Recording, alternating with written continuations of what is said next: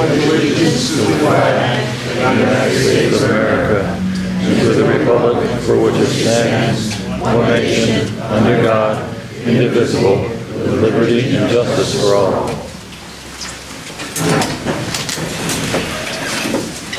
Take attendance. I don't need to seat anybody.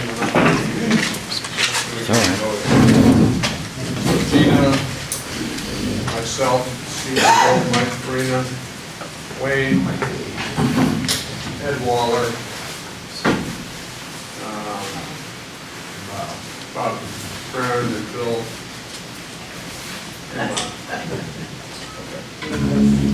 Any additions or corrections to the agenda? Hearing none, we'll open public comments. We ask that it's about items that are not on the agenda. And we ask that if you do make a comment, you introduce yourself for the record. And also, we'd just like to say we're not going to have, Bill's going to do some presentation. We are not going to have any public input or conversation. We ask that you read, it'll be on the website. We ask that you read that. In the first meeting in August, we will open it up for reaction, comments, questions about Bill's presentation tonight. So, does anybody have any? Yes. Yes, Melissa Schlag, Haddam. One question I've been getting from a couple of residents, and you guys might not be able to answer it now, maybe Bill knows. The property kind of sort of near across from the Shad Shack, for what has been cleared. I didn't know if that's like a development or just a house. Yeah, it's a 3-lot subdivision that was approved in 2007. Oh, wow, okay. And then one general comment of my concern for the pollution on the, especially 305 Saybrook Road. It is on the state list of concerned properties for potential pollution for trichloroethylene hazardous waste. So I'll just put my comments in for the record that I'm concerned with that property and the cleanliness of the Rossi site. Thank you. Okay, any other public comments? Yes. Hi, my name is Ray Bogdan. I live on 92 Mason Road in Haddam. And I read the article in Haddam Bulletin. It was very interesting, by the way. I like the input, the new, I don't know, are you the town planner or the town engineer? Plan. Plan. Okay. However, I thought that there were a few things that should be added. One of the issues is East Haddam has a surplus of in their processing plant for sewage. Quite a while ago, I talked to this first selectman of East Haddam, Mark Walter, and he indicated that he would open his arms to the town of Haddam if they wanted to come in and share that, some of that empty space that they were using. At that time, they were using about 34% of it. One of the other things I'd like to have him think about is we have 8,000 people in town, and we don't have a laundromat. And I'd like to see one put in. Center of Haddam has an ideal spot to put a processing plant for sewage by the code. It has to be someplace near water, like East Haddam's. And I would just like to have this thought about, rather than make up a petition and have everything go through on a petition. I think issues like that could be brought up by the town planner. Okay, thank you very much. Any other public comments? Hearing no more, we do not have public hearing or public meeting. New business, I think I'll turn the rest over to Bill. Okay, thank you. And thank you all for coming. My name is Bill Warner. I'm your town planner. I've been town planner since January. I made 25 of these, so I apologize if you don't have enough, but these are the actual results and the data. So you can't read it as I flash it up on the screen. I was just talking to these guys about this. HES is a big deal for the town of Haddam, and what to do with this is a very significant project for the town of Haddam and how we should handle it. It's important that we handle it properly. So my thinking was, when doing this survey, was to reach out as an initial way to start listening to people to see what they're thinking. It's in front of the planning commission. They don't really have to take a vote on it. They don't have any real jurisdiction over it, but they are the planning organization. They are the elected officials that do planning for the town of Haddam. So we want it in front of the planning commission.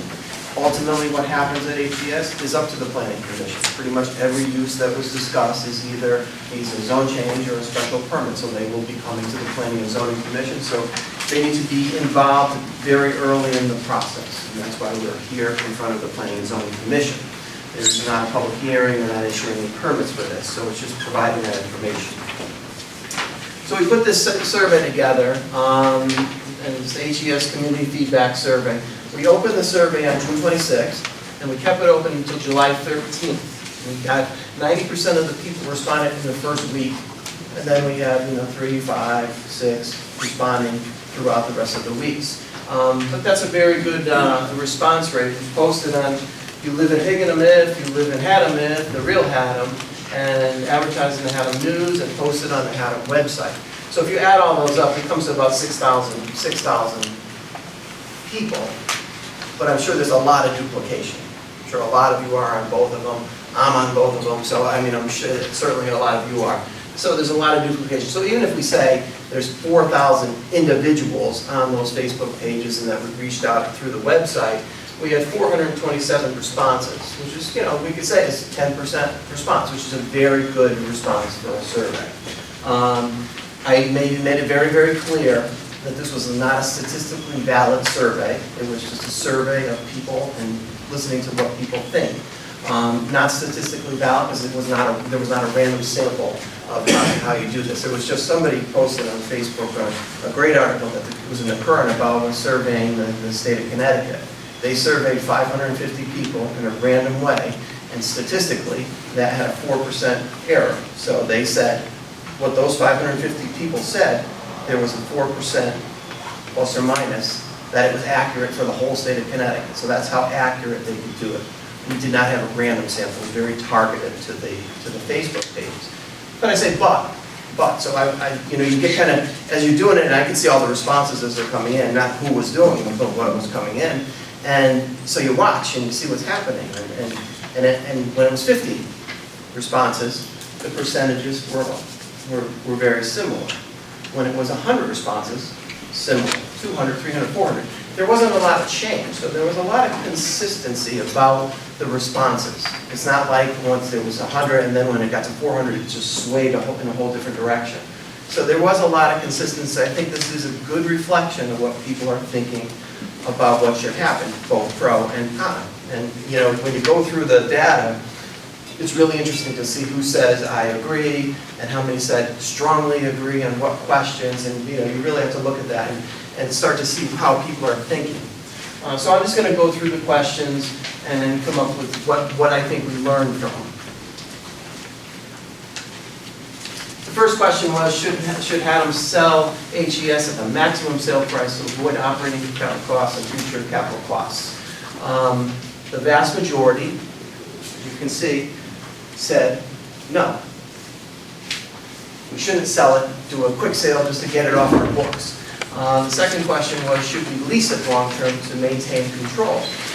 Completely flipped around and said, the majority said, yes, you should lease it and maintain control of HES. So what did we learn from that? 62% of those surveyed would rather lease than sell in order to maintain long-term control. Now the question is, control what? What are people thinking? Do we want to have a school? Do we want to control this entire property? Do we want to control the playground and the other grounds, the parking, the gymnasium, the soils, the septic system, classrooms, the commercial kitchen and the basement? What is it that we want to control? And those are things that we have to continue to learn through speaking to the public.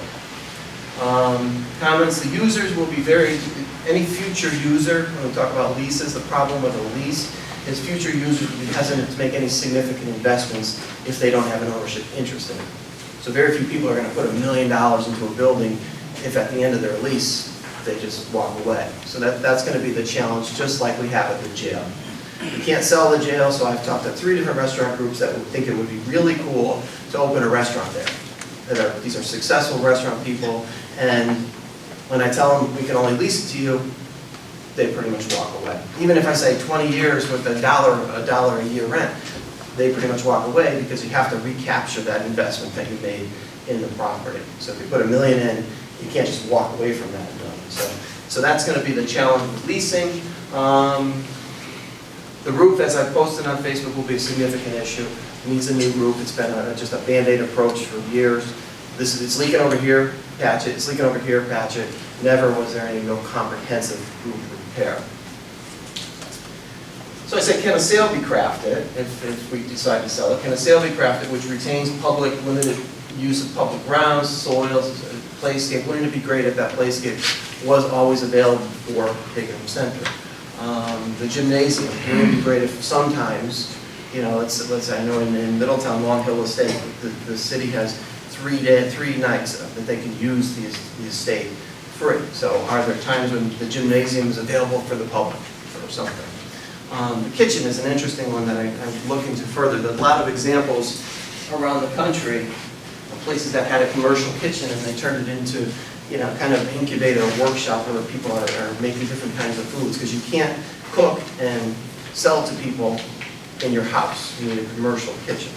So that's a way where, let's say you have this great brownie recipe and you want to sell them. You have to be in a commercial kitchen to legally do it. Should the town sell or lease for less than, said market rate, but it should be less than, basically, should they sell it for less to offset the improvements that are going to be needed? So somebody's going to come in and say, well, I'm taking $300,000 off because I got to put a roof in. I'm taking this off because I got to redo the whole thing. And it's just, you can expect that. We had that experience with the RAC proposal through the Board of Ed. You need to expect that. So, but the majority said no, we shouldn't, which isn't surprising. 64% disagree with reducing the sales price to offset the renovation cost. Not surprising. But let's face reality. Any use other than a school is a change of use under the Connecticut Building Code. If you change the use, you have to bring it up to current code. So this was a building that was built in '54, I think.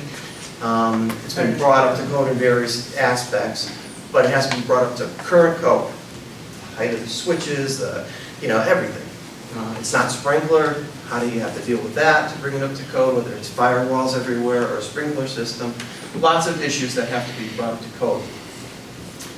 Renovations from the building inspector, who's also an architect, he figures renovations would be $175 to $225 a square foot. So that's very, very significant. The building is 30,000 square feet, plus the lower level kitchen is 9,000 square feet. An example, the apartments. 30,000 square feet times $200, a $6 million investment to convert that building to apartments. Okay? So it's going to be very hard to also say, and I'll give you $2 million for it. So that's something that we need to understand if we decide to sell it. So proposals for change of use will offer minimal, if any, purchase price. They'll look for tax abatements, the way business happens today, and permit waivers. The permit waiver for the residential conversion would have been almost $100,000 for the permit alone. So big expense. that they'll like, okay, how can we make these numbers work? And that's what they're going to look for. Should the town retain a portion of HES property for community septic system? This, people really understood. Probably because for so long you've been talking about the need for a sewer system in Higganum and the cost of a sewer system in Higganum. I mean, the cost in today's dollars, the package treatment plant that everybody talked about, this little package treatment plant, $10 million, over $100,000 a year to operate it. So you all as residents understand that. There's been talk of that for many, many years. So when this option came up, you got it. You said, okay, if that could work, that would help us probably. So 77% of those surveyed understand and support the idea of a community septic system. Physically, it works. East Haddam sewer system, as Mr. Bogdan indicated, was designed for 50,000 gallons a day. Last year, they had an average of 13,000 gallons a day. Because when they built it 20 years ago, there wasn't so much water conservation. They didn't have to flush the toilet. 20 years ago, you used 6 gallons of water. Now you use about a gallon of water. It keeps getting less. And shower heads are now water conservation, so there's just a lot less water going through the system. So they're only using 13,000 gallons. They have 106 connections into their sewer system. Okay? So if everybody connected tomorrow into a community system that we built, there would only be 30 to 35 connections as it exists today. So we have plenty of room. So we could create on the green 7,500 gallons, on the HES property, 2 separate properties of 15,000 gallons. So it works. Our engineers have looked at it. The soils are great for it. It works. The problem is there's so many Department of Public Health and Department of Environmental Protection hurdles that you've got to get through. Well, you can't connect to this, and you can't have residential and commercial going on the same system. You can't have, and there's all these things that you can get waivers to, but it's getting through that process causes the agita. We have a meeting scheduled next week with the top guys at Public Health and DEP to talk about this idea. That look, we can't support a $10 million sewer system. This is a solution that could be available if septics fail for economic development. If somebody came in and wanted to do it, I'm not saying build it and everybody's going to come here. It's not. If we get a restaurant that is really interested and we can make the numbers work for them to connection, so we create a water pollution control authority and start creating that system. So it gets very complicated. Need to be on separate parcels. Maximum flow for each system can only be 7,500 gallons to avoid Department of Environmental Protection regulations. Should the town place a high priority on activity on nights and weekends? Very high. Very much people agree we want to create activity in the center. These are really make you feel good about what people think about being in the center. Should we create a use that supports businesses in the center for goods and services? Very high percentage.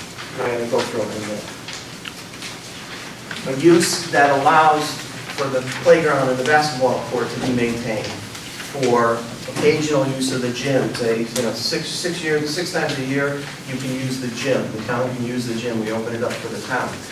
Very high percentage think that. And this one, I was kind of surprised. Should the town dedicate, this is the whole town, for Higganum Center, which is maybe 30 properties, okay? Right in the core. Should the town dedicate the proceeds from the sale or lease of HES directly to improvements of Higganum Center? So if we sell HES for $1 million, let's say we take our $450 back, the other $500,000 would be directed right to Higganum Center. That's what the people responding thought, that you should do that, which is really, really very impressive.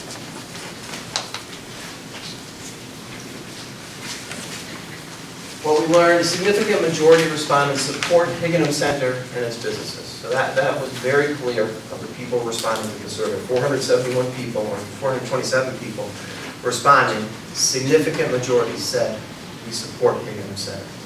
Which, like I said, I can't claim statistic validity, but it is people throughout the whole town, the whole spectrum. You know the Facebook pages more than I do, so I put them on the two or three different Facebook pages. Everybody had the opportunity. So there is, so one group could have swayed it one way or another way, you know, it was wide open. So 80% support the use of bringing activity nights and weekends, 89% support a use that will benefit local businesses, 75% support a use that will preserve the playground and the gymnasium and basketball courts, and 63% support dedicating the sale or lease proceeds of improvements directly to Haddam Center, which is, I think, very, very positive. And then the final question was the uses. On this one, you were allowed to choose multiple uses, because as I was creating it, I was thinking, well, you know, do you really want to tie people's hands and say, oh, well, we definitely know we only want this use, so we allowed multiple uses to see what would raise up, come up.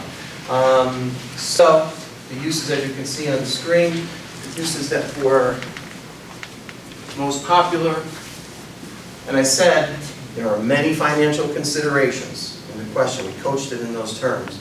So if everything was equal, tomorrow you could say, we want a town hall there, we want a private school there, we want you know, a store there.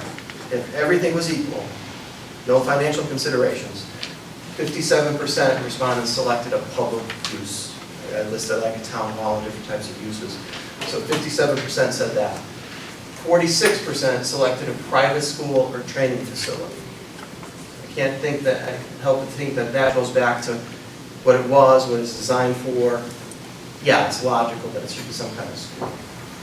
34% retail office, 33% selected restaurant conference facility, 25% selected elderly housing, 24% market rate housing, 16% affordable housing. My thoughts, again, the change of use, the public use would be a change of use, so it would be significant dollars, significant renovation costs, existing town buildings, we have town buildings all over the place, how do we deal with all those? Entire property would be available for public use, which is a positive thing. So the playgrounds, everything would remain available. The gymnasium would remain available as part of the town complex. Private school and training facility could avoid the change of use and the need for to bring the building up to current code. So it wouldn't have to be brought up to current code if it remained a school. Reduces renovation costs, could result in a higher purchase price or a higher lease price. So they're not going to come in and say, well, yeah, they may come in and say we have to offset the cost of the roof, but they're not going to say that we have to make all these improvements and we need to offset those costs. The school, I just envision a private school, we could work with them to maintain the grounds, the gym, the kitchen. It just seemed logical that those could be available on the weekends or something to the community. Retail and office, the market is extremely weak for retail and office. The office market, the vacancy rate is very high. If you're looking for office space, you can go to an existing office building and you can buy an existing office building. So it's just a very weak market. Retail has totally changed. We're not going to have retail coming into Haddam. It's serviced by the internet and it's serviced in bigger cities. So you go to your retail there. It would be a change of use, significant renovation costs. One person brought up the end of the great post to try and get people talking about what their other ideas were. One person talked about Middlesex Hospital and medical office use. Absolutely, that would be great if they're interested, and you should definitely contact Middlesex Hospital to let them know that it's out there. Very, very significant renovation costs for medical. You talk about $200 a square foot for general office, and you wouldn't even want to know for medical office. Restaurant conference facility, big plus that there's an existing kitchen. Every restaurant group that I talk to talks about $500,000, $700,000 for their new commercial kitchens that are required that they need. Huge cost. We have a commercial kitchen in the building. The question I see there is, okay, so you create a 200-unit, with the 6,000 gallons, a 200-seat restaurant. You use the kitchen, you probably use the gym, create your restaurant. And what do you do with everything else? It's just a big facility for a restaurant. Too large for a restaurant, but to do the rest of the building, again, very significant renovation costs. There was a public assembly of bringing people in to the facility. all the residential is a change of use, very significant renovation costs, which we went over before, very significant renovation costs. Elderly apartments, the Camoin study that the town commissioned said that there is a market that exists for 55 and older that are interested in staying in town and downsizing. So I'm sure all of you live in large houses, a lot of land, wouldn't it be nice, and I'm starting to think this, wouldn't it be nice to downsize into something small and stay in town? Most people, no matter what you hear about people leaving and people going to Florida and South Carolina, the AARP and every other study says most people want to age in place. They want to stay where their families are, they want to stay where their grandkids are, so there's a market for that. Unfortunately, you're dealing with people that are aging in place, heading into dependency on pensions and Social Security. To make the numbers work, you're usually looking at some type of subsidy, affordable elderly housing. And the problem with any type of subsidy, any type of government money to develop the housing, the American with Disabilities Act and the Federal Fair Housing Act really stops you from saying, sorry, you can only be elderly. If you have any kind of disability, you have to allow everybody. Elderly housing is very hard to develop now, keep it exclusively elderly, so that opens up issues. Market rate housing, the Moyne study indicates there market exists for market rate housing, 55 and older, younger people coming back from college, want to live in town where they grew up. There's a market for that. And I think the Moyne study said there was a market for 189 units that's out there. And that's across Connecticut. There's a market for rental. People want to get out of single-family homes. They want to be able to move when they want to move. They want to travel when they want to travel. They don't want to be tied to a house. And you imagine telling a young person, you're going to get a 30-year mortgage. If you tell somebody that's 20 years old a 30-year mortgage, that's what we all dreamed about. People don't want to hear about that anymore.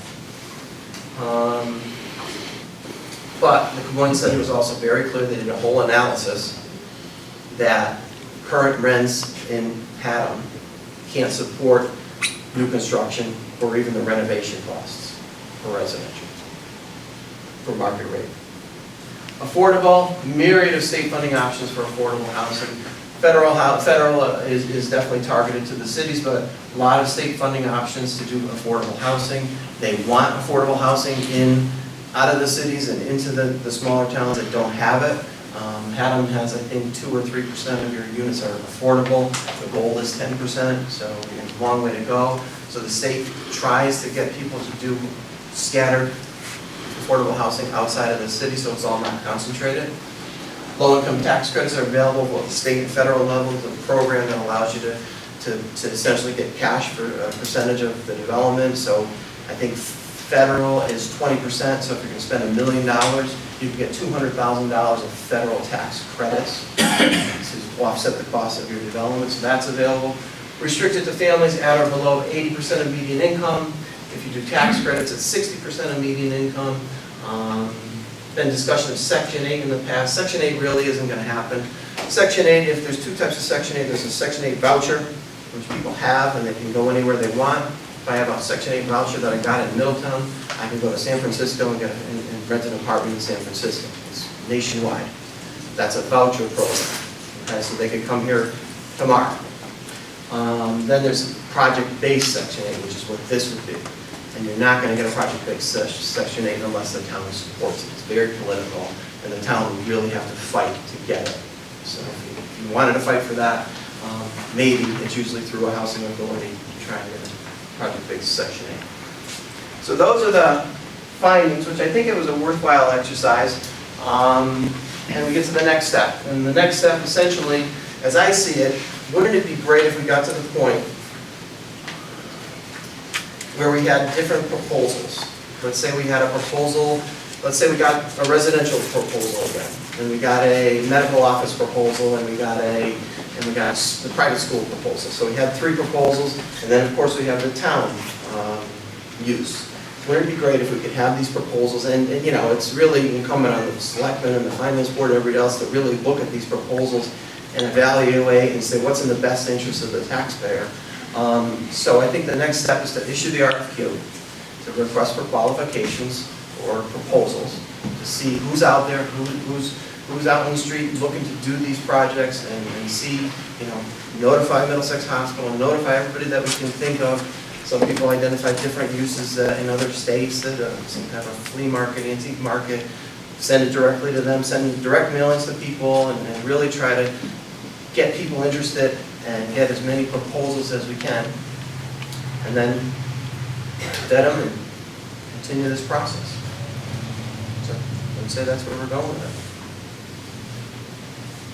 it. Any commission? I have a quick question. Do you know what Haddam's average income is? If that's The median income is Median almost income is- 100,000. so 80,000 would be. 80,000 for a family of 4. Oh, 80,000 for the. Yeah, and then the scales down for individuals.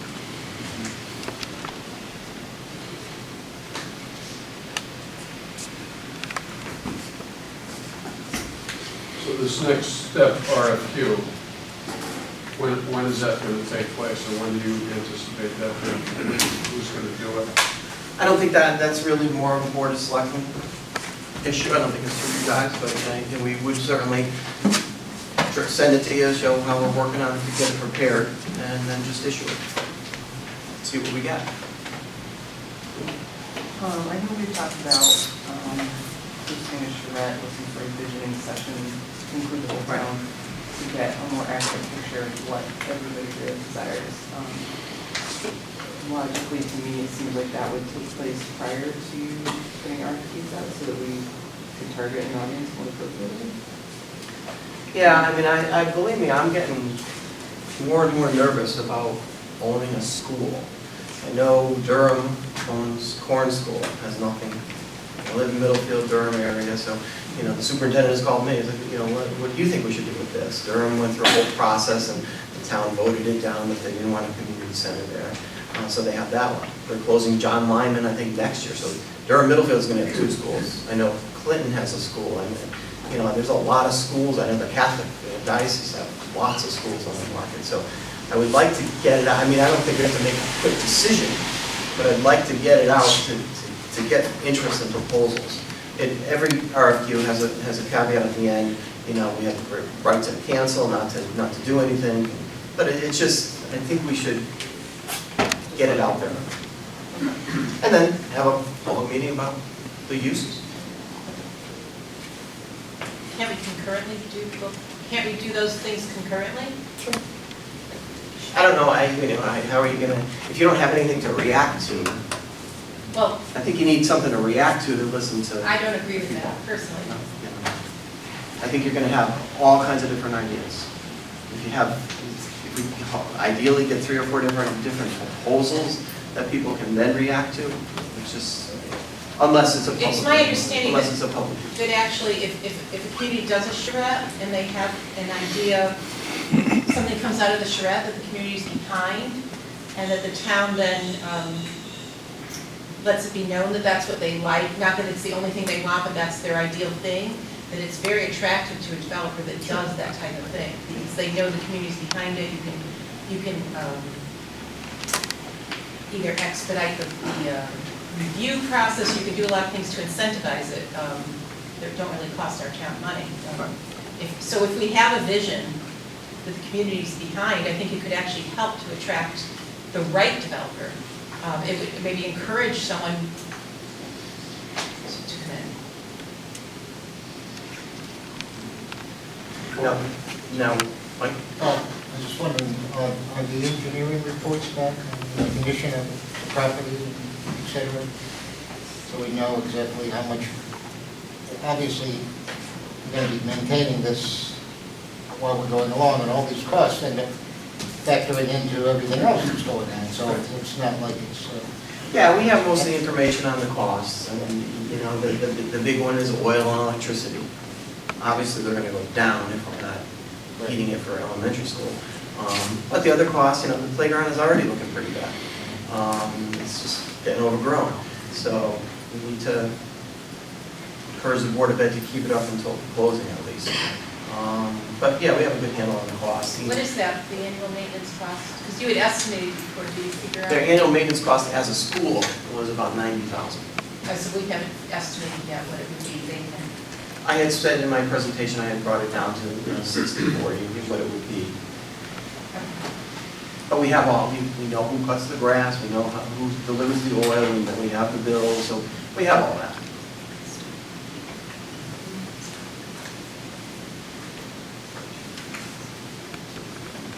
Any more questions or comments? You mentioned roof earlier. Is there a life of that roof? Is it got a year left, 5 years, 10 years? There are significant portions of it that their useful life is over. That's what I saw. Yeah, significant portions of it. We have a whole roof report from 2016. Okay, the roof is 30,000 feet because there's 9,000 two stories, 9,000 under the first story, so there's 30,000 square feet of roof. Basically, yeah. And what is the average cost of the roof? To The re-roof? roof report estimates, I think, $350, $400 for a whole new roof. The whole new roof? There's aluminum roof, there's shingles, there's the flat membrane roofs. It's a real hodgepodge of Oh, roofs. so it's not just one kind? It's not just it's not an easy. But not all of them need, some need to be replaced, or? The majority of it is The past majority its needs useful to be life. replaced. Does the town have that as a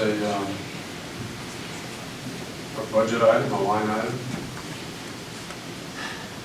They're gonna have to think about it. I mean, that's in my list of things, is that we need to go to the Board of Finance and say, okay, we need money for oil.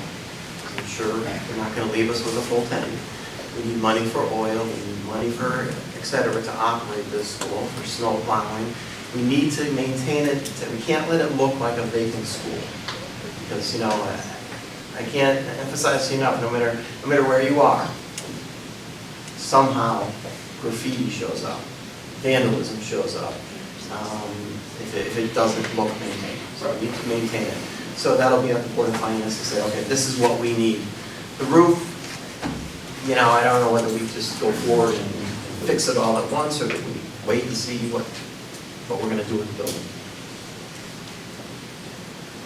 Certainly maintain, monitor it to make sure there's no water leakage. Yeah, it seems to make sense to sort of wait and see, patch what needs to be until you know. Until, yeah. Was Board of Finance in not negotiations, but are they talking about this? I mean, is the town, I guess I'm asking, is the town aware of what needs to be done right after the closing? I've presented all that to the first selectmen, not the Board of Finance. I would imagine they know they have to create a line for that.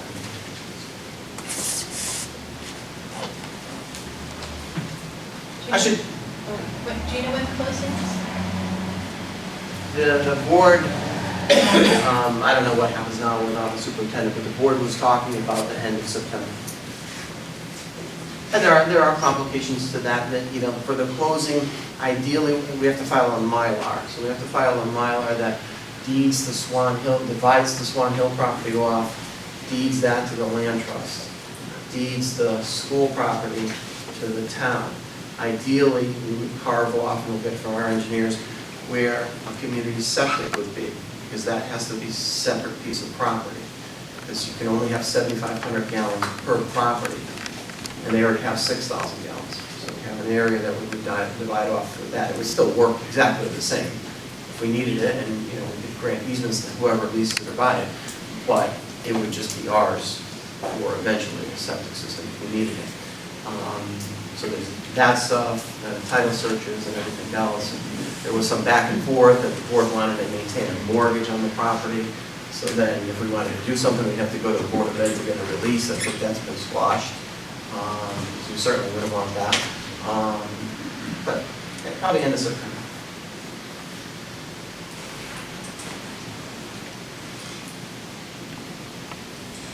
And I should explain further about the public comment. It was my idea. I said, let's, and then the next presentation is a ton of information. So I said it would be better to let people digest it, post it on the website, rather than just react to what they hear tonight, to see it all and then have a public meeting about the presentations. Because, like I said, the next one is a lot of information. You ready to proceed? Sure.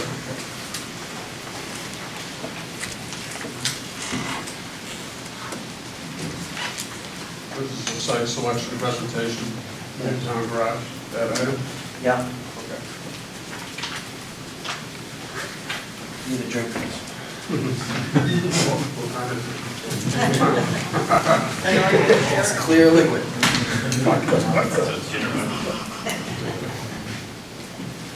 Your plan of development has concluded that you need a new public works facility.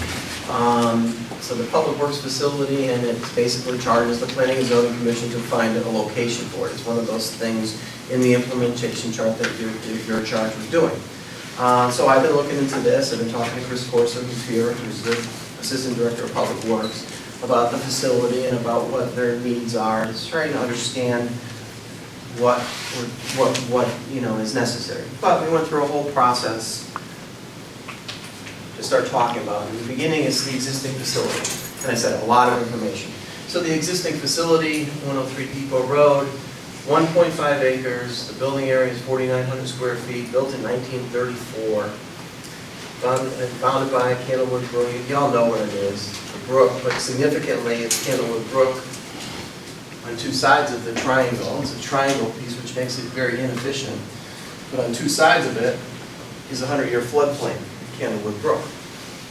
So as you can see, the salt storage shed, salt and water is not a good combination going to the Connecticut River, but it's in the floodplain. That's not a good situation, and I would imagine the state is getting more and more strict with what they call MS4 stormwater system, and very strict about what goes into the water bodies of the state of Connecticut. So that's an issue. Insufficient size, the house existing equipment, conduct efficient environmentally safe operations, salt storage shed in the 100-year floodplain, triangular shape, limits usable area.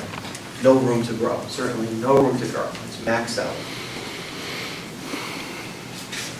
Just square footage of what they have, and like I said, all this is going to be on the website. Office, canopy, carport, salt storage, and they rent 10,000 square feet across the street from Rossi for their storage. Just pictures of the facility and how crowded it is, and the Candlewood Brook. It's not a little stream; it's a major brook heading to the Connecticut River. Probably floods pretty significantly. Salt storage then.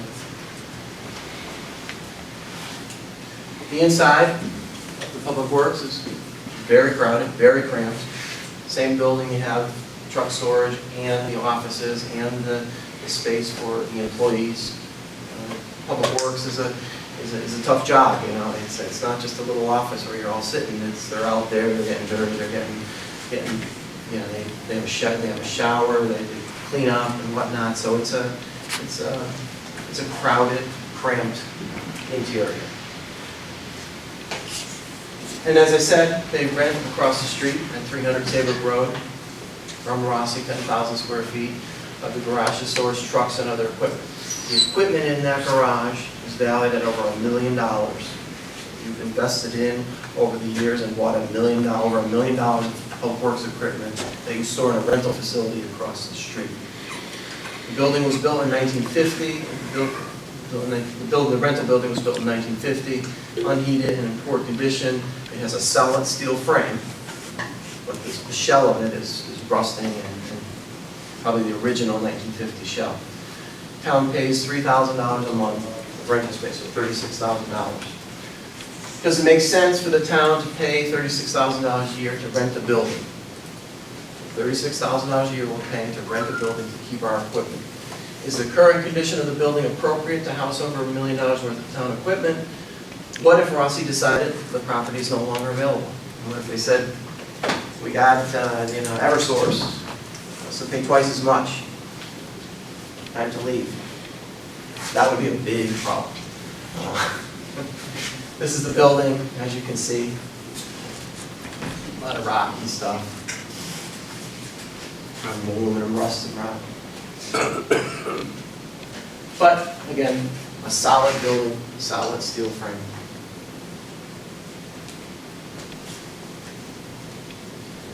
Conclusions on the existing facility. Public Works is an essential government operation, the nuts and bolts of running a town. They plow your snow, they do everything for you. Largest department, $2.2 million a year.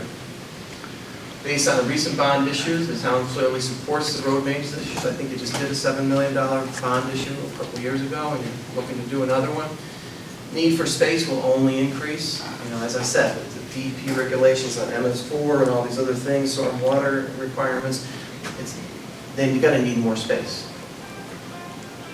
Sorry.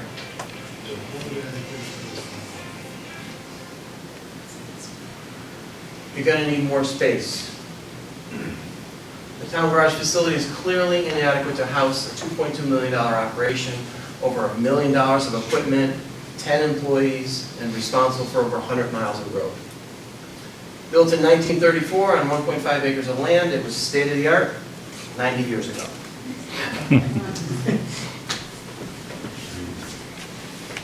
Conclusion, number 6, an investment in improved and expanded public works facility will be a cost savings measure in the long term. The town will no longer have to rent additional space. The town's significant investment in equipment will be stored and maintained in better conditions, thus extending the lifespan. The town can avoid future environmental and OSHA compliance issues. You know, whenever you put 10 people in a crowded place like that, eventually some type of OSHA issues come up. Environmental, again, a salt storage set in the floodplain, washing the trucks, and all that stuff is just not a good situation. The town can generate revenue from the existing facility when it's vacated, so if we move to a different location, that facility is in a good location for, you know, we talk about maker space or different types of things. We could rent that. Right? I'm confident we can rent, if nothing else, to landscapers and different types of contractors, we could rent that out and generate revenue, or we can get really creative with it and do something good for the town. Best act now and be proactive rather than waiting for a problem. Rental space no longer available, DP order, environmental, OSHA issues. It's just a problem waiting to happen. I assure you of that. So the first one, questions regarding the existing facility. I'm going to break it up. So, any questions on the existing facility? You're good? Determining the need. How we did this, most towns would go off and hire an engineering firm, a team of engineers and architects and do some kind of evaluation. What we did, you know, we looked at a feasibility study that was done by B&L companies for Hebron, Connecticut. And I'll explain to you why Hebron, Connecticut was a pretty good match for us. A document entitled Hebron Site Selection and Planning by Jacobson Associates. Jacobson Associates is our town engineers, so that worked out very well. That was also for Hebron. And the input from the Haddam Assistant Public Works Director and Jacobson Associates. Okay? So that's what we use to start identifying what we need and how much it would cost. I said Hebron and Haddam are very similar in size, except for two things, which makes Haddam not need as much as Hebron does. Hebron also has a water and sewer system. Haddam does not, but most significantly, population per square mile is 189. In Hebron, it's 259, so it's much more dense in Hebron. And we have a state forest of 6,775 acres, which is pretty much doesn't have to be maintained. I mean, there's roads that cut through it that I'm sure Public Works plows just to get to the other side of it, but you know that reduces the size. So square miles are pretty big. We're bigger than Hebron, but take that out and we're smaller than Hebron. So we don't need what Hebron identified that they needed, but we need close.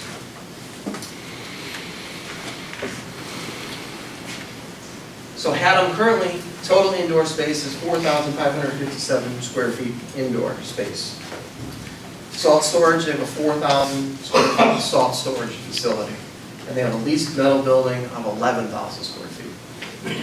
The Hebron feasibility study determined for Hebron they needed a total indoor space of 19,000 indoor space and salt storage of 10,000 square feet.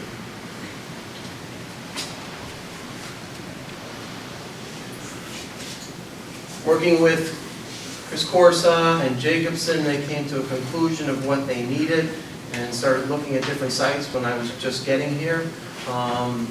Garage wash bay of 11,400, office 3,600, storage building 4,000, existing stall, and existing stall storage shed. I've talked to Chris, they're not thrilled about it, but I think the 4,000 square foot salt shed works now and probably will continue to work. Cost estimates based on the Hebron study. These are 2017 estimates, so they would have to be increased for inflation. But we looked at what Hebron had proposed and how much it would cost, all the way down to site construction and whatnot. And we're able to take those figures and get per square foot values and whatnot to apply to what we need. So that was able to put a number on what we were talking about. Any questions regarding how we determined what we needed?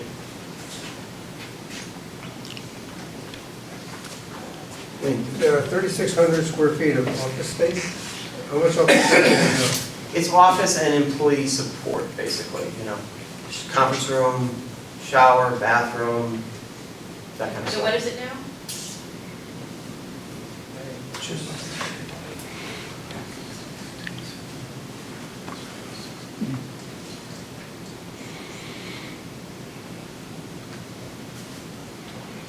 620 square feet. So they have 620 and they requested 3,600? What are the additional spaces that they're requesting? Nobody's requesting Oh, the are they Hebron proposing? facility, Or what the Hebron what are facility the, said. what are the conference rooms you said? Showers, bathrooms, conference room. That's based on what the Hebron feasibility study said. Okay.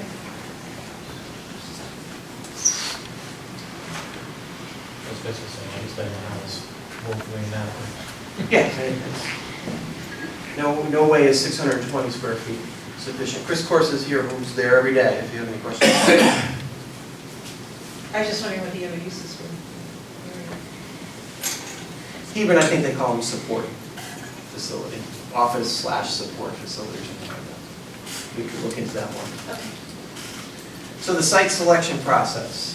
Site search considerations, zoning. The vast majority of the town is wooded, rural, residential in character.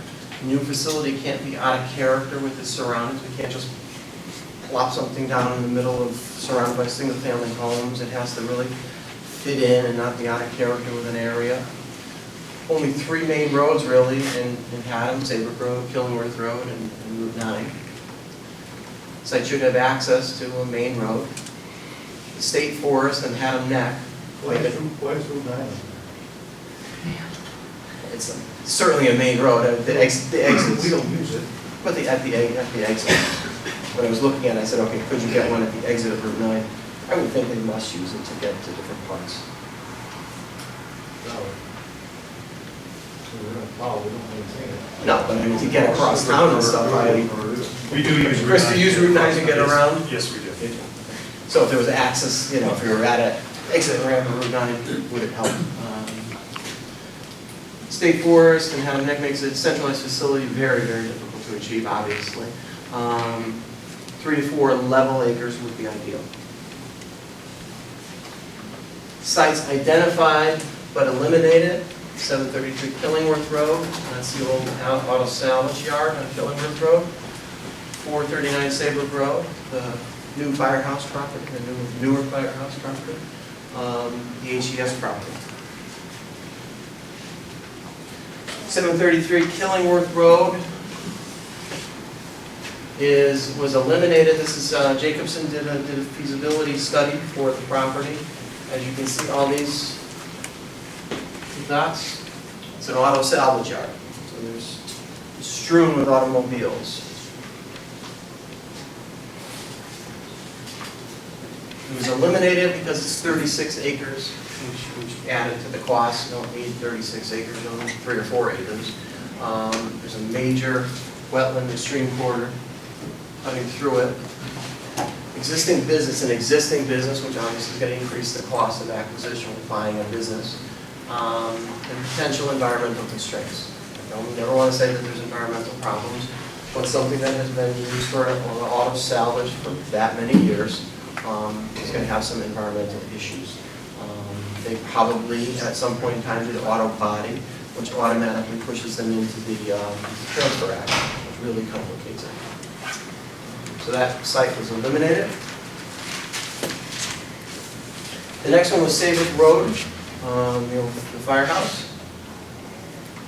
We looked at town properties because there's no acquisition cost. So yeah, if we can fit something on a piece of town property, we don't have to acquire any land. It's a big parcel, it's over 30 acres. Here's the firehouse, here's Saybrook Road, firehouse, Saybrook Road.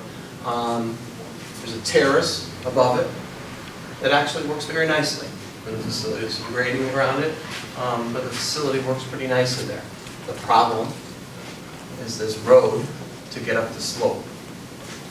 What happened was there was no acquisition cost, the site works, but the grading, cuts, fills, drainage, everything else for an 8% driveway, which is absolutely, the firehouse driveway is 8% now, and you can't go any steeper than that with these big trucks. Negates the cost of no acquisition, because it's $600 a foot to build this was $720,000. So that was very expensive, and Public Works was very concerned about these big trucks coming down these curves in the winter and whatnot. So that one was eliminated. The HES property, I know there's been talk about that. The problem with the HES property, this is the school, Saybrook Road, is this is all steep slope. So all of that is all very, very steep slope all around it. This area is the existing septic system in Leachfield. It's a 6,000 gallon system, it's a big area. So without looking at what's there and underground, it's logical to say, yeah, we can build something right there. You can, but you can't build on top of the septic system. So that's out.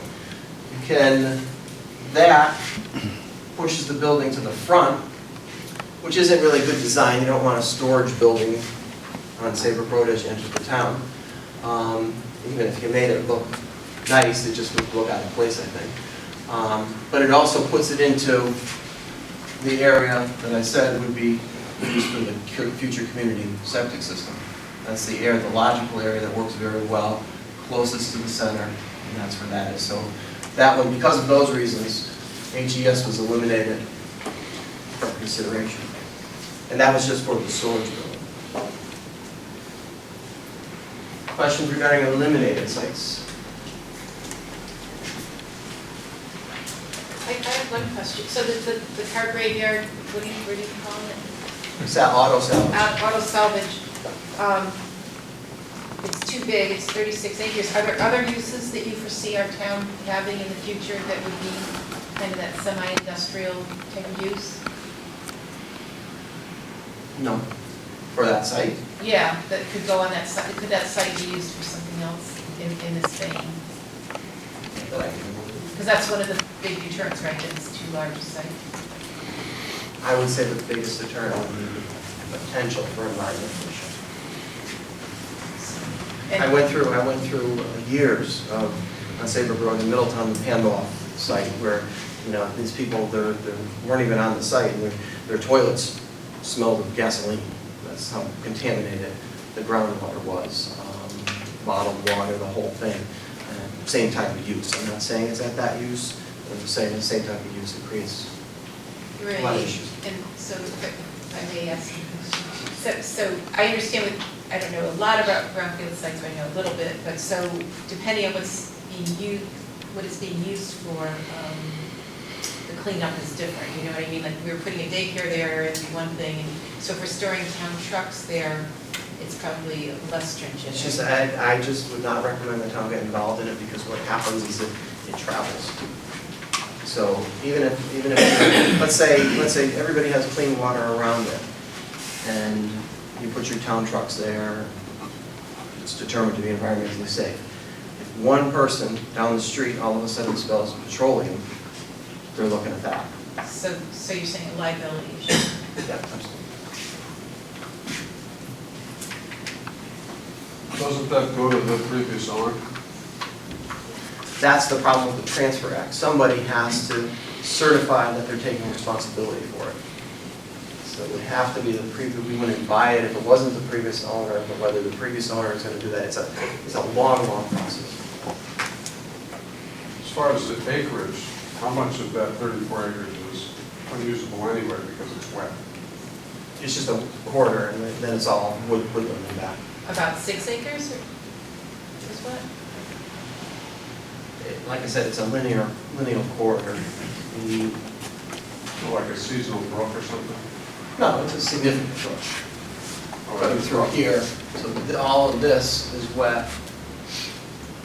And then up here is all upland. But it's going up and up steep slope and whatnot. It's fairly rugged land up there. This is the one south of here, The gray area. which is about probably 10 acres. So what, if that was generating contamination to the groundwater, it's been there a long, long time, wouldn't adjacent properties already have had contamination in their wells? They might. We don't know. I don't know any investigations that have happened. I have another question about the liability thing. Are municipalities held, I'm just trying to remember something from the code, like, is there something like the municipality owns a brownfield site and they don't have the same liability as a private owner, or is that, am I just getting it crazy in my head?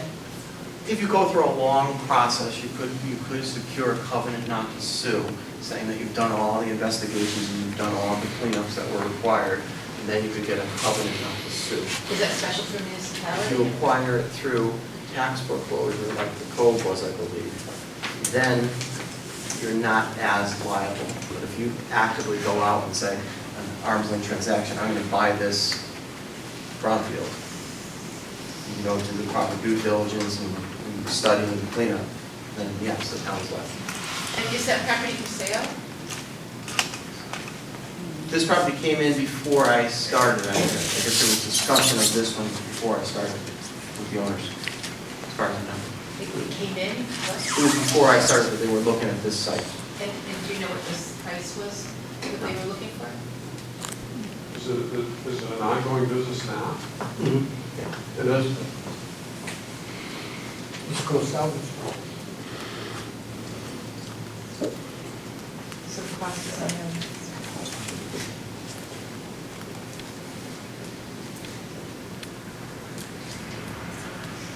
Any other questions?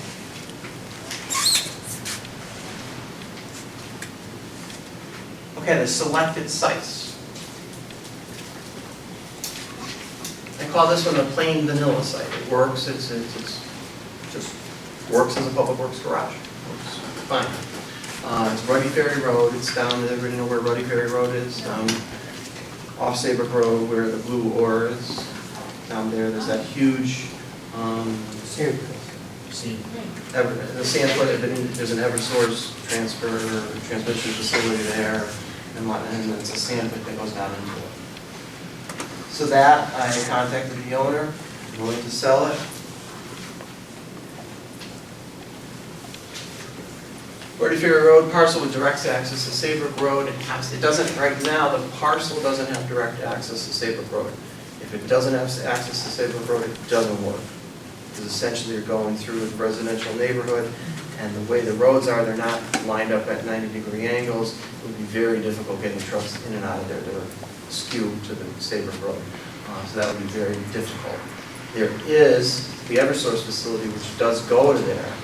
The town used to have a license to go down there and take sand out of there over the Eversource driveway, which goes directly to Saybrook Road. So we would have to secure from Eversource an easement to permanently have that driveway, so that we would have access to Saybrook Road, good access, and it would work. Virtually no grading, attractive purchase price, 29% below the assessed value. Most significant features, site operations are 20 to 24 feet below the surrounding properties. Accommodates all operations with room to grow. Property must include the right for the Eversource driveway. Abutting uses to the north is Ruddy Ferry Road, existing driveway to substation. Site operations will be 20 feet below Ruddy Ferry Road. There's about 3 houses that would face it, but they're up here. The operations are down here, and we drive up to Ruddy Ferry, towards Ruddy Ferry. Major transmission lines, very large wetland to the south, very large wetland. Huge Eversource substation. To the east, 4 single-family homes abutting on Haddam View Heights Road. There's a significant wooded buffer between the homes and the site. The closest home to the site property line is 104 feet, so they have a backyard of 104 feet. They're all wooded, and then the property line to this site, ample opportunities to enhance the buffer along the top of the slope. Site operations will be 24 feet below the backyards. So their house is here, the backyard is here, the operations are 24 feet below it. So no one's going to see it from their house. I go to the backyard and see this operation. The site is 24 acres, only 10 acres are really the usable part. I'll show you the shape of it in a minute. The remaining 15 acres is significant wooded slope, 10 acres of wetlands, marsh, connected hydraulically to the Connecticut River. This is off of Camp Bethel Road, huge wetland there. That's part of this property. So this is the shape of the property. This is the property, the usable portion where the sand pit was. This comes through to connect to this. The transmission line here to the substation. And then below it, a very steep slope to a huge wetland at Camp Bethel. That's all part of the property, so it's 25 acres. For the Public Works facility, laid out by Jacobson, it works as a Public Works facility. I don't think it really has any. You can see the houses, the 4 houses that abut it, pretty far away from it. Transmission to the substation, Ruddy Ferry Road. What's it zone? It's zone R1 residential. There must be something, There must be something that municipal use. Yes, municipal uses are allowed. In residential. Yep. Does anything happen there? No. And what are the chances that Eversource would give that right away? Do we have an idea? You would like to think they would, and I don't think it would have any impact on them. We would essentially say, we'll maintain it, so we'll be there every day, so we'll plow it, obviously. But it runs parallel to Ruddy Ferry right here. Directly out to Sabre Brook? Yep. Are there houses along that? Nope. That's Well, there's Ruddy Ferry, there's a house here, here.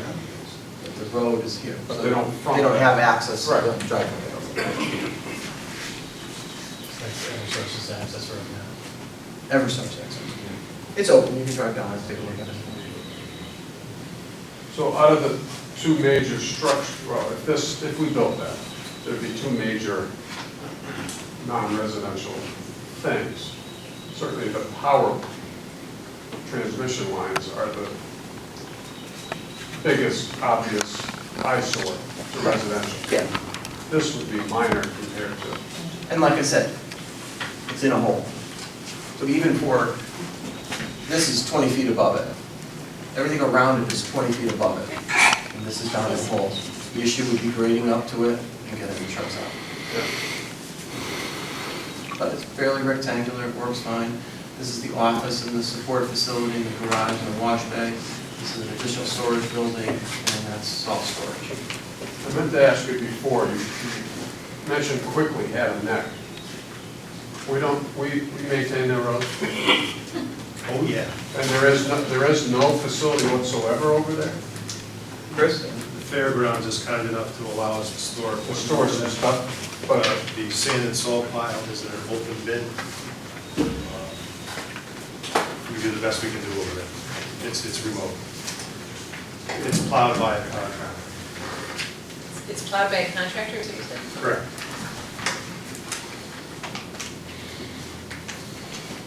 We maintain the roads. Oh, for me, okay, got it, thank We you. make, Public Works Does the repairs and stuff? repairs, road recon, drainage. during the winter months, we don't have the staff to send somebody over there to plow. Right, So we hire a contractor, plows those roads for us. You hire a number of contractors, or even for Haddam and Higgins, don't you? Say that again? You hire contractors for Haddam and Higgins also, don't you? We hire contractors to do parking lots. Some of our parking lots are done by contractors, and one or two of the gravel roads.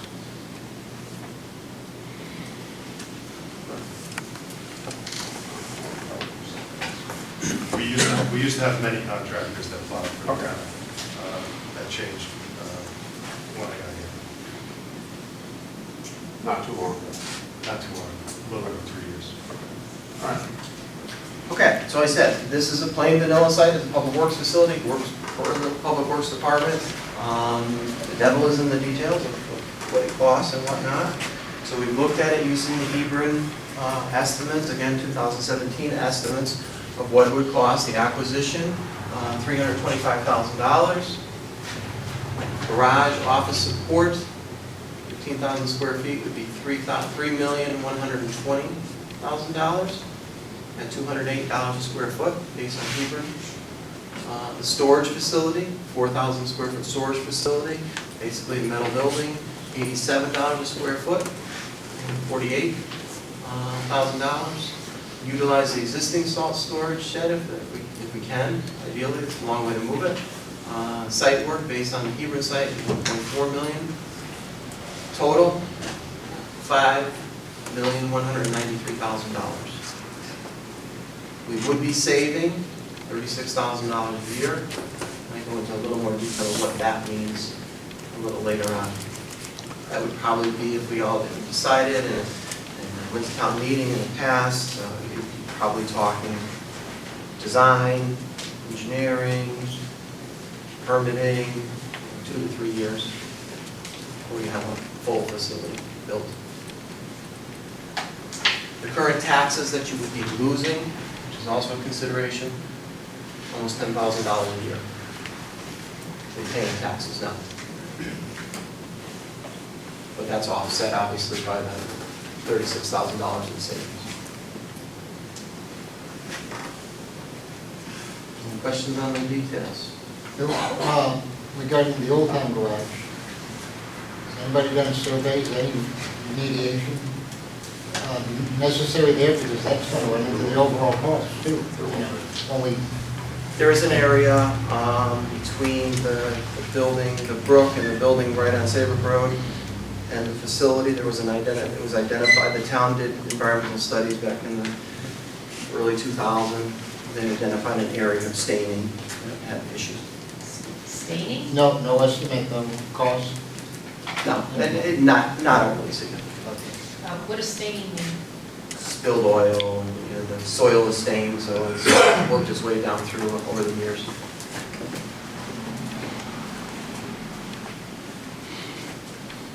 But we have a full study on that.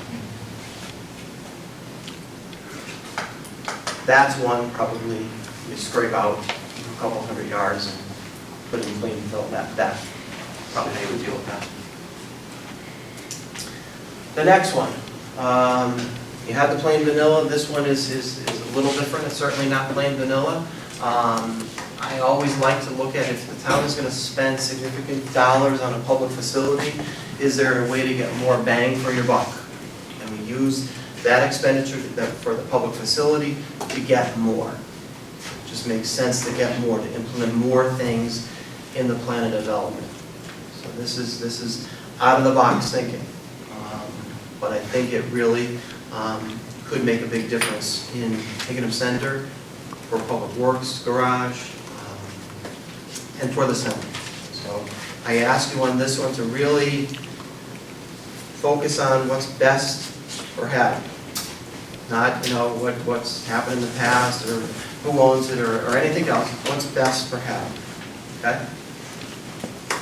300 Saybrook Road is the Rossi property, right next to HES, and across the street from the existing garage.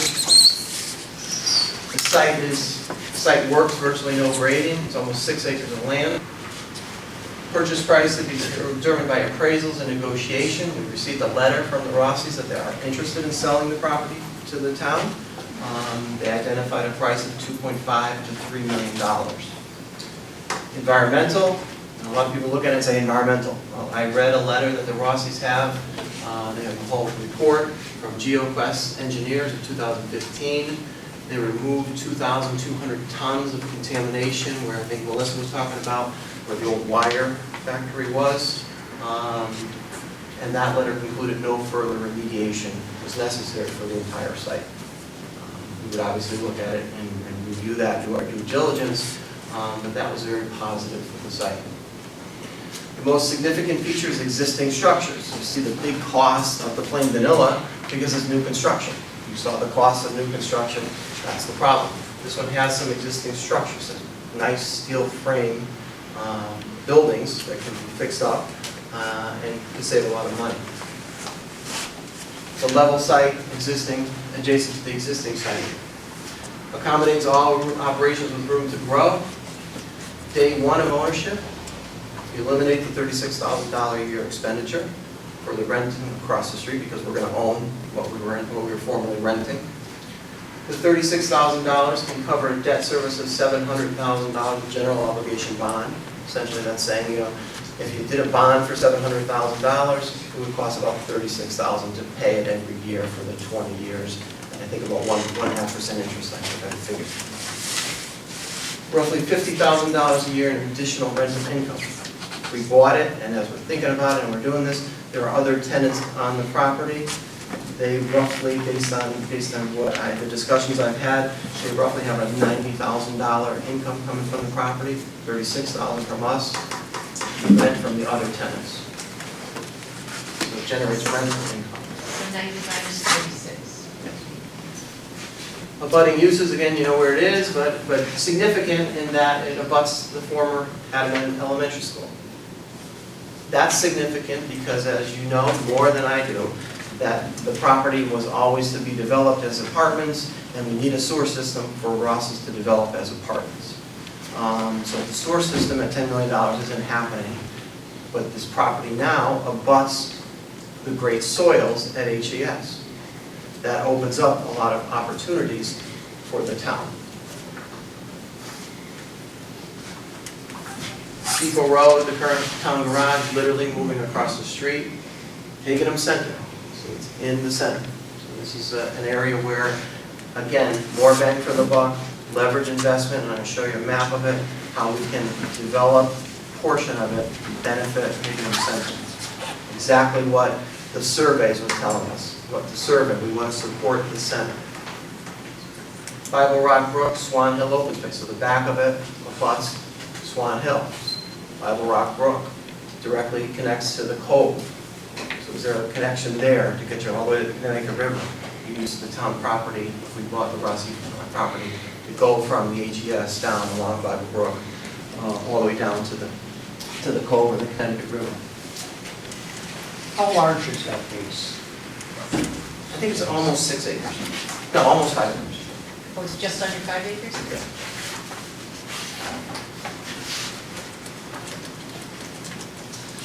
This is what I would envision happening. So essentially it would be 2 pieces of property. The front, we'll talk about in a minute. Salt storage shed, moved over out of the floodplain.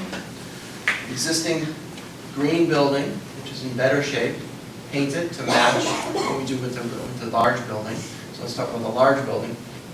We strip the large building right down to steel, reface it, give it the red barn look, which would be very attractive in that area. Mark Lundgren had posted that on the site. I didn't want to steal it, but you know, a nice red barn looking building. Put in the new doors that Public Works needs, so they would have the big overhead doors, the look, the cupolas, the whole thing. Wash bay, in accordance with all environmental standards. Drive right through, wash the trucks, which is extremely important for Public Works. Chris Corso can tell you, you need to get this salt, you need to get all this stuff off of your Public Works trucks if you want them to last. So very important. Build out a space within this 7,000 square foot building. This building is 11,000 square foot. This is 7,000 square foot. Build out the office office and employee support area, painted to match the red barn, salt storage, and day one, start creating this buffer, the trees and landscape, separate it from the front piece. This building is historically significant as a brick building, probably from the original factory buildings. Very nice building. Rented out, probably has a pretty decent income coming from it. And then the other building is the building right on the road, the former bank building, right on the corner. So I'll talk about that in a minute. So that's the Public Works facility. Works, Chris has looked at it, how it lays out. Our engineers, this was done by Jacobs and the engineers. They have to figure out turning radiuses and what the traffic pattern would be, but all this would be available for storage in the back. Where's Bible Brook? Would need your approval. So I would recommend, if this came in front of you to be approved, I would recommend that conditions, you can't store all catch basins here, you can't have piles, you know, that's all goes to the back to keep it attractive. Where's the expansion in that back space that you're, where's room for growth? This whole area. Some circulation. You got it. Is there indeed room for expansion? Can you put another building in? There's no reason you couldn't.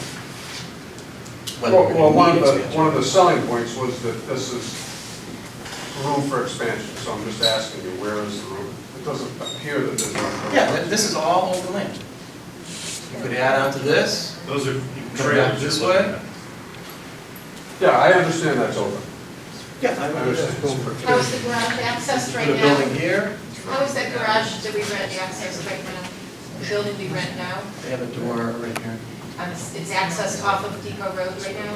The trucks drive in off of Depot? All right. Okay. Is that salt storage existing? No. Is what it used to be. No, It needs to be moved across the street. Okay, so that It's our industrial zone. Oh, salt storage. Yeah. Is Salt that, storage is there.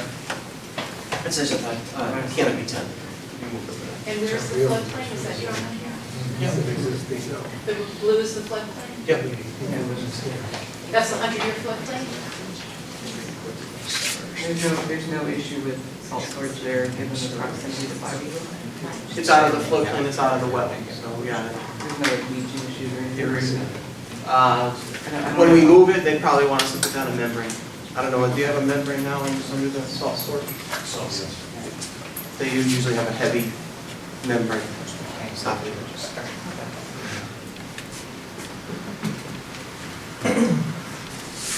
So this part is the bang for the buck. So we would have we would have a new public works facility, okay? And then we would have an additional 2 acres of land fronting on Saybrook Road with 2 good brick buildings to leverage public investment to facilitate revitalization. Your plan of development is very strong on the revitalization of Haddam Center. Very strong, probably stronger than any other section. So you really, that's something that you've been hoping to achieve for many, many years. This will take the ability to take 2 acres right on Saybrook Road for development, 2 solid, well-maintained brick buildings, abutting the future community septic system. Town can finally control what happens to the largest parcel in Haddam Center. I've said this in the past, it's going to be very hard to revitalize Haddam Center with the Rossi property just sitting there. It's going to be very hard, because that's the only piece that really has any development potential. You could develop on other parcels adjacent to other buildings and squeeze little buildings in, but the only one that has any significant development potential is the Rossi parcel. No longer is the development subject to a $10 million sewer system. The Rossis have made it very clear to us that they're waiting for a large development. When we worked with them for the microbrewery, Steady Habits, that fell apart because they wanted their sewer system, because they envisioned 80 to 100 units on that property with a sewer system. The sewer system is $10 million. I got here and I said, look, that just doesn't make any sense. the whole town is going to support a sewer system for 34 properties. Which doesn't make any sense, no matter how you look at it. It would be a game changer for Haddam Center. I mean, I say that and that I've been doing this for 30 years. 2014, I got the Lifetime Achievement Award from the Connecticut Main Street for downtown revitalization. So this is how you could start to change Haddam Center and move forward. I got here, I listened to all the HES and the passionate information about Haddam and preserving the schools and everything else, and it really rang true to me. And I'm going to tell this example about downtowns. When I got to Middletown, you're probably sick of hearing about Middletown, but I got to Middletown, and the downtown was in very bad shape in 1990. Very bad shape. Scary. And every year they did mayor for a day with 8th grade student council. So all these student council kids would come in, and then some would go with the mayor, some would go with the planning director, so they'd be planning director for the day. So they'd have, I'd have 3 or 4 kids, or 5 or 6, depending on what director participated. I always participated, so I always had a lot. And when I first started, in 1990, probably in 1995, what was the response? As I said, we're trying to revitalize downtown. Those kids said flat out, downtown sucks. We need a mall. We need a mall. Our parents won't let us come down here, it's dangerous, blah, blah, blah. All of that stuff. That was their feeling about their downtown, which isn't good. But as revitalization took off and got better and better, the comments got better and better.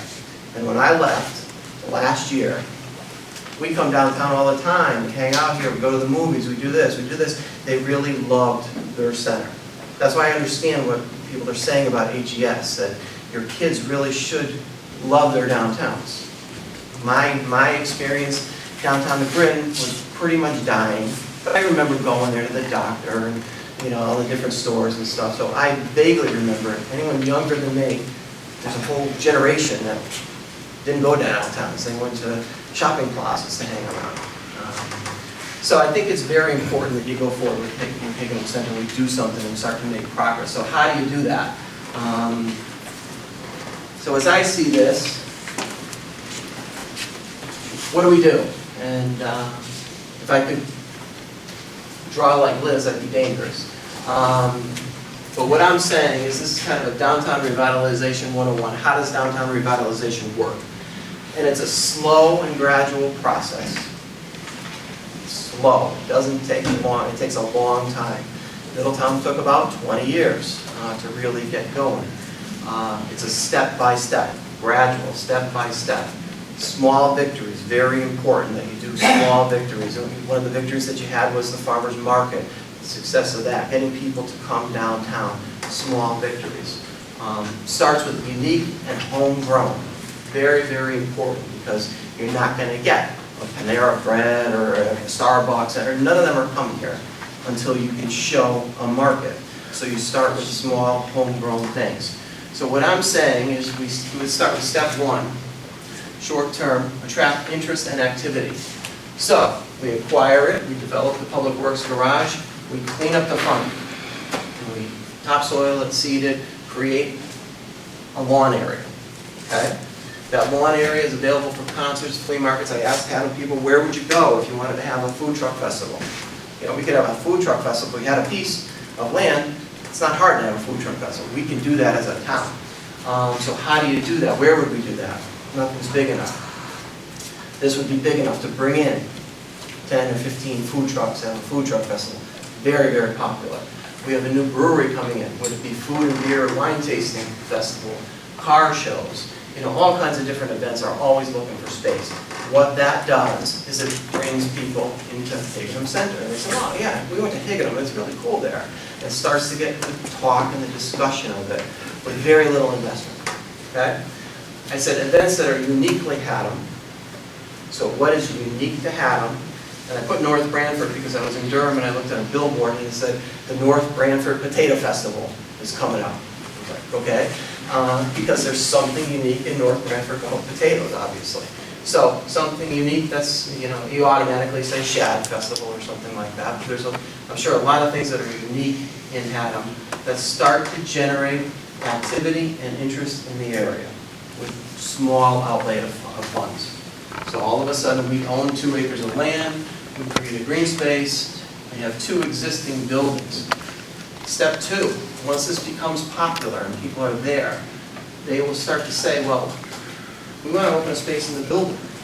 We want to do this. We want to have a market. We want to, this building, a beautiful high bay door, brick building. Is it a craft space? Is it a maker space? What is the activity that's going on in there? This building I envision as a restaurant. I know I can get a restaurant in this building. And the unique part about it is you can't get a restaurant in the building now because it's all industrial fill. It's not good soil through septic. But once we have community septic, it's an easy force main out there. So all of a sudden, we get a restaurant in there. As we talked about with the brewery, we said we put a deck off of here. So you're looking into the center. So you see the activity, everybody's on the deck on a good, nice day. Add on there for more size. So that starts to say, attract interest in investment in the existing buildings. So people start to say, yeah, this works here, we want to create something. And then 3, what we're doing as we're doing all this, we're proving the market for new investment. People start to see, wow, there's a lot of people in Haddam Center. There's a lot of activity going on, and that generates more interest. And at the same time, I don't show a lot of parking here, because what we want is we want to help the existing businesses that are already there, right? So people have to park on the streets. We have a lot of public parking in Haddam Center, and it's mostly vacant. So all of a sudden, people are parking on the street, walking to the event, walking past the Vinci's, walking past, the pharmacy, the other types of uses that are in that area to create that foot traffic. And as I said, slow, gradual, step-by-step, small victories. Starts with a unique and homegrown event. So let's say a small victory, we have a Shad Festival, and we get 1,000 people there. And all of a sudden, it's like, wow, let's do something else. And you start programming for different types of things. So that's what I envisioned. And at the same time, we have our Public Works garage. Nice big red barn, nice buffer for operation. As I said to Chris Corson, Public Works garages really are pretty quiet uses, except when there's a storm or something. They're not, it's not a big industrial operation, so it's a pretty quiet use for the most part. So, as I said, what that's doing is leveraging the uses. So eventually, the bigger picture of the revitalization, as I said, I'm not very good with graphics. We start enclosing the streetscape, so we get the restaurant there. We start enclosing the streetscape with mixed-use commercial buildings here, all accessing the community septic system and some type of arrangement of residential in the back. We use this, it turns out to be more of a community building, and then we have something. We have a very active development in Haddam Center, which brings more people in and starts, again, more interest in development and interest in investment in the rest of Haddam Center. That's long term, no doubt about it. And one of the challenges is you create that great green space. Townspeople like you say, well, we don't want it all. We want to keep using our green space, and we like it, the way it is. We like our festivals. We like bringing our kids down there. So that's one of the challenges that you hit. The price. This is interesting. So as you remember, I summarize it later. Acquisition, subject to appraisal and negotiation, as their letter says, we agree, we're going to hire a Mass Appraisal Institute appraiser, MAI, the highest level appraiser, so you get a real ethical appraisal. And there's a negotiation, obviously. Sales price is what a willing buyer will pay and what a willing seller will sell it for. That's what it comes down to. They have indicated $2.5 million.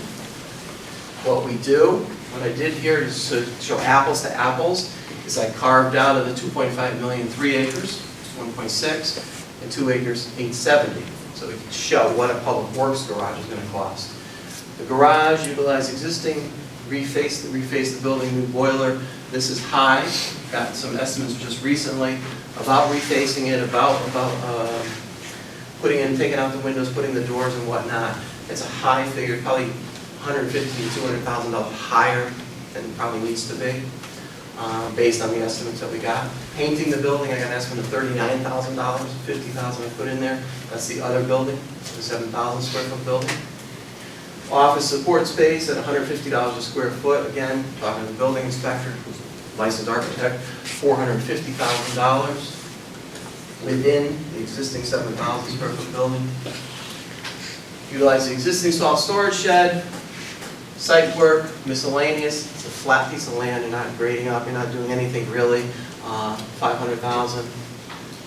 Total cost of public works garage, $3,130,000. But, as I said, I divided off the land, so I had an 870 floating out here for the rest of the project, the more bang for your buck, which puts the total project cost at $4 million. Again, by eliminating the $36,000 rental payment, that, in theory, allows for $700,000 in bonding, so you could probably take that off of either project, and it gets down to, because of your savings, $3.3 million. Taxes are much higher for us, it's a bigger site. They pay $20,000 a year, which again is offset by the elimination of rental costs. So the 3.3 does not include the cost required site rate, exclusive of that? It does. Yeah, it's the 4 minus the 7, okay, savings, gets you to 3.3. Is the 2.5 million reasonable based on what the actual market value is, or we don't know yet? I think when you look at the income that's generated off of it, it's probably pretty reasonable. You know, you get $100,000 a year. Yeah. Summary.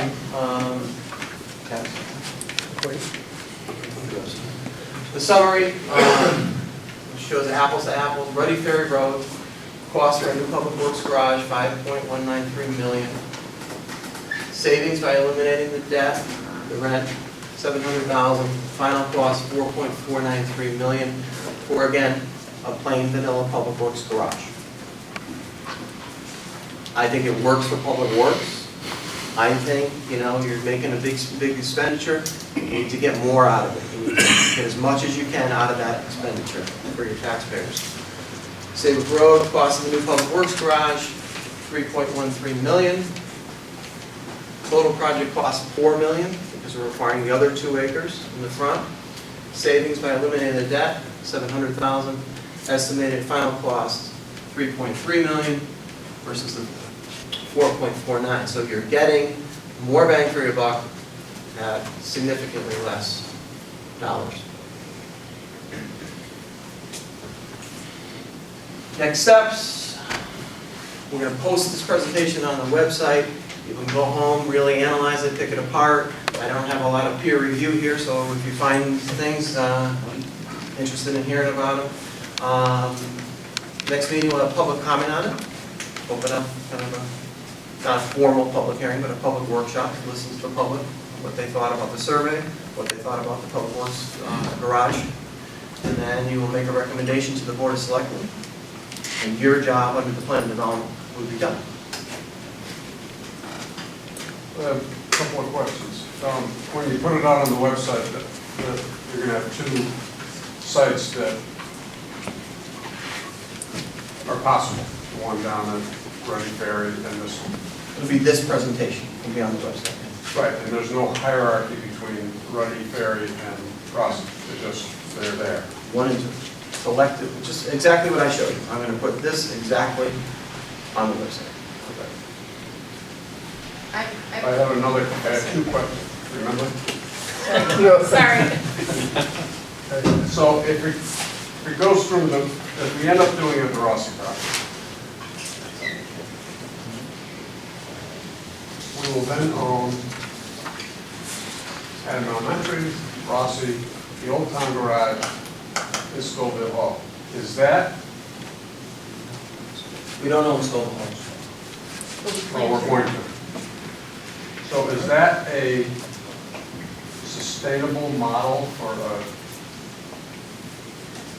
a little town that wants to grow their center? Well, as I said, Rossi is essentially cutting a lawn in the short term. It's a public works garage, cutting a lawn in the short term. Coming to what? Not a lot of maintenance A lawn. to the front. No, I know, but I'm just speaking of properties. Yeah. So we're taking all those off, and the green. So there's 5 properties that are making up our Kingdom Village that we own. Is that, and maybe we won't in the future, we'll sell them or whatever, is that a good way to start? I think, Haddam Elementary, you're gonna look at it and you're gonna determine what you need to do with it. If the town meeting decides, yes, we wanna keep it, that's up to them. I'm fairly confident you can find people that would be interested in buying it. So that one, I don't know whether the plan is to keep it or not, that would be up to the people. The green is the green, every town owns their green. Right. This one, like I said, in the short term, it's a low maintenance facility. We could keep the tenant in this one, we probably could get a tenant in this one, keep the tenant in that one, and generate some rental income. Scoville we don't own. Scoville is going to be a long time before we own Scoville. There's a significant environmental issue there that we don't have the money for. It's $3.5 million for environmental. What else? The existing garage, again, I think we could easily rent that out and generate revenue from that. It's a garage. We're too quick to zone all the landscapers and the contractors out of existence. So it could be that. It could be maker type space that we talked about at Scoville. There's Alex is here. He had a post on Facebook about he's looking to do something like that in Higginham Center. That could be a great location for it. To bring in craftspeople and stuff. Those things really take off. And again, that's unique, homegrown type stuff. The overall question was a small little village where the municipality owns the lion's share of the property. Does that work? I look at Middletown Main Street, I can't think of anything except the police department and the retail that they have that's now empty. Does that work? Does that model work? I think it works at the stage that we're at. Okay, I don't think there is a level of interest in development. So I think we need to take the bull by the horns and say, okay, is Rossi ever going to do anything with the property? No. Okay, no. So how do we effectuate change? How do we clean it up? How do we do that? So that's the Rossi one. The other ones, like I said, are in flux, and I think, I don't think the goal is to continuously own the most property in Hingham Center. I think, the town garage, the former town garage down here would be leased out or sold. HES, you have to deal with that. And Scoville, eventually down the road, hopefully, but something happens with Scoville. It doesn't seem like a illogical first phase. No, As as I laid out here, this is how downtown revitalization works. Okay. If you want to get something going. Okay. All right. Liz, you got a question? I do, but I just wanted to build off what You just said that, is there a precedent for a town kind of buying up all the land and revitalizing that way? We're hardly buying all No, but I land, mean, we're not buying land, one piece but of I mean, land. in a little village, is there a precedent for a town that's done something like this before, where they kind of buy up all the relevant pieces and then? I'm sure that's the whole, it doesn't have a good reputation, but that's the whole idea of redevelopment. In the old days, redevelopment, you acquired the Well, for properties. renewal, you mean? You acquired the No, but I properties mean, and in put it to a modern better days, use. is there, I wonder, well, I can Google for it, I guess, but I just didn't know if you knew of an example I mean, where a in- town has done this successfully. I was in Farmington, we were buying the Parsons property to then spin it off to development, because you can control what you get. Farmington was very important that they control what they got. That's a 4-acre piece right on Route 4 as you're coming in. So they're in the process of acquiring that. Middletown, we acquired the Sears building, we built the police station. No, but I mean, I'm just saying, for like, the size of our village, then the town will own a fair portion of the village, at that point. But not permanent. No, not permanently, but It's a hopefully, phase. hopefully not It's a phase. permanently, right. It sets the stage.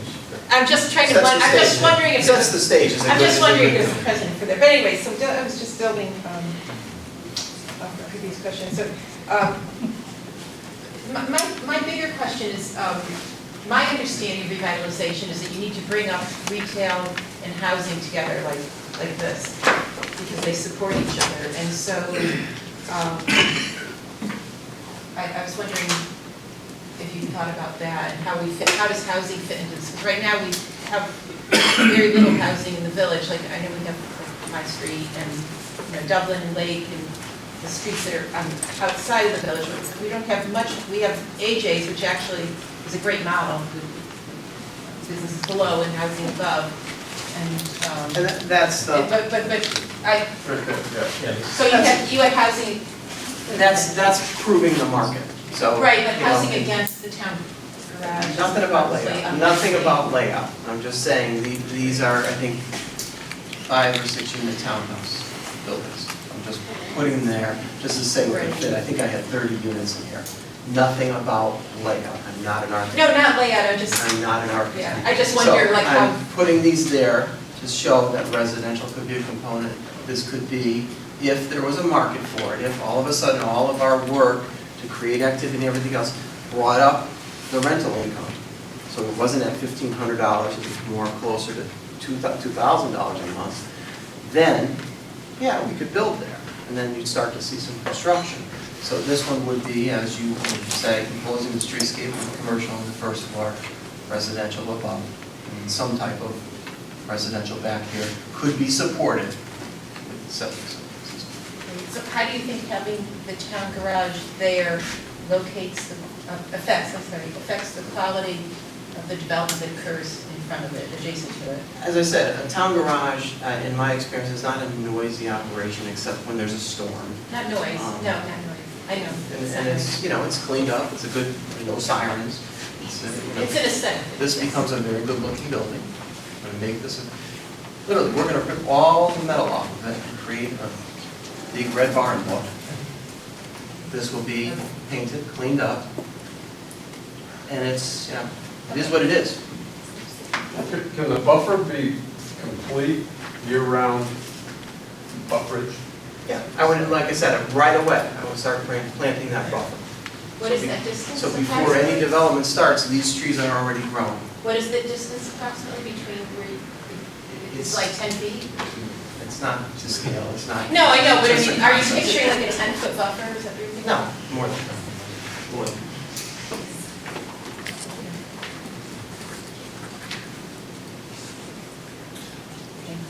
Anybody else on the commission have questions at this time? I don't talk.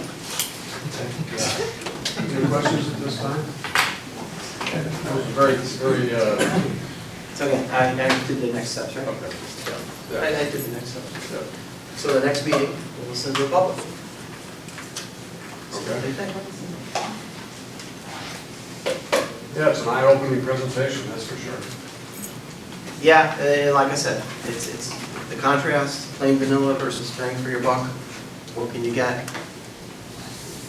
I was right up the street, listened to what happened, how Haddam worked hard and tried to revitalize and tried to do all this work and, hit a brick wall with sewers, hit a brick wall with nothing happening at the Rosses because of the sewers.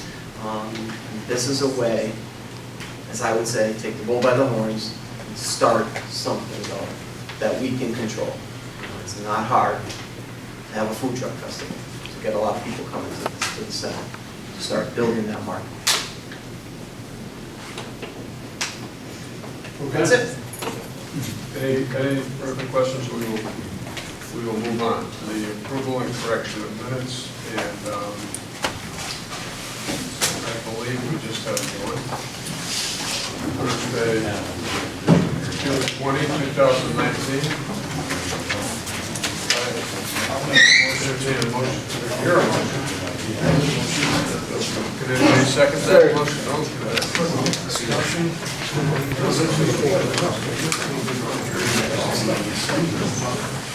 Okay, any discussion on the accuracy and completeness of Yep. On page 1, section 5, the last line of section 5, it should be the history of the town.